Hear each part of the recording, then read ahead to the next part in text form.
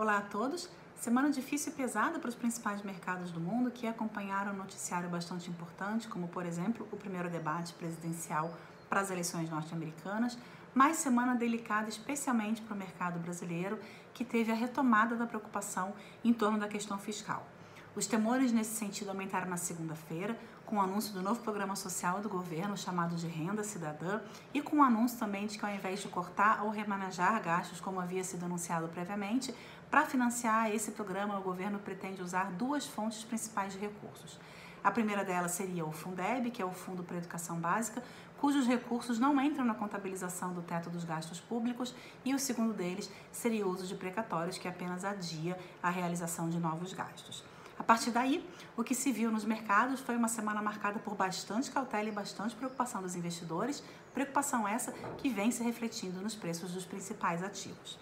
Lá fora, a semana acompanhou também o aumento do número de novos casos da Covid-19 na Europa, o primeiro debate para as eleições presidenciais dos Estados Unidos, que foi acompanhado de uma grande troca de acusações entre os candidatos, e, além disso, negociações em torno do pacote fiscal norte-americano, que até o momento da gravação desse vídeo não havia entrado num acordo entre republicanos e democratas, e o anúncio de que o presidente norte-americano Donald Trump foi contaminado e está com Covid-19. Com isso tudo, a semana foi marcada, e a sexta-feira também vem sendo marcada, por bastante volatilidade.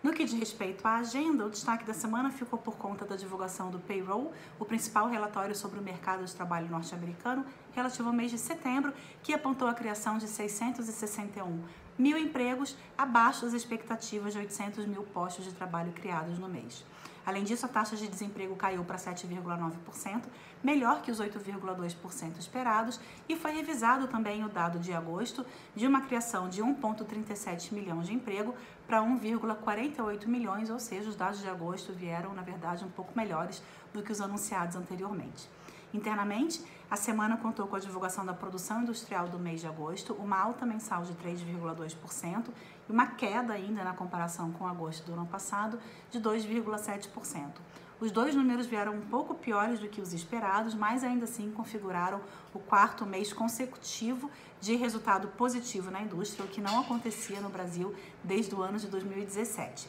Nesses 4 meses de alta, a alta acumulada foi de 33,4% e, nesse momento, a indústria brasileira opera 18,4% abaixo do pico que foi registrado em maio de 2011. Agora, um pouquinho antes da gravação desse vídeo, a Bolsa Brasileira cedia 0,84%, com uma queda acumulada na semana de 2,39%, uma leve alta no mês de 0,08% e no ano acumulando uma queda de 18,13%.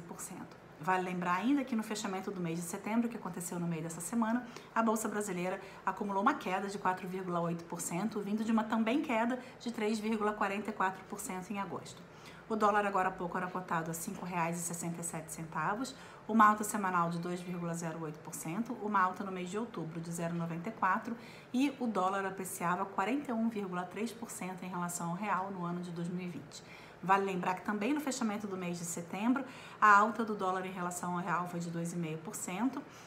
Dos 9 meses fechados que a gente tem do ano de 2020, apenas em 2 o real se fortaleceu em relação ao dólar, e isso explica, claro, essa apreciação de mais de 41% da moeda norte-americana no ano de 2020. Um bom final de semana a todos e até a semana que vem.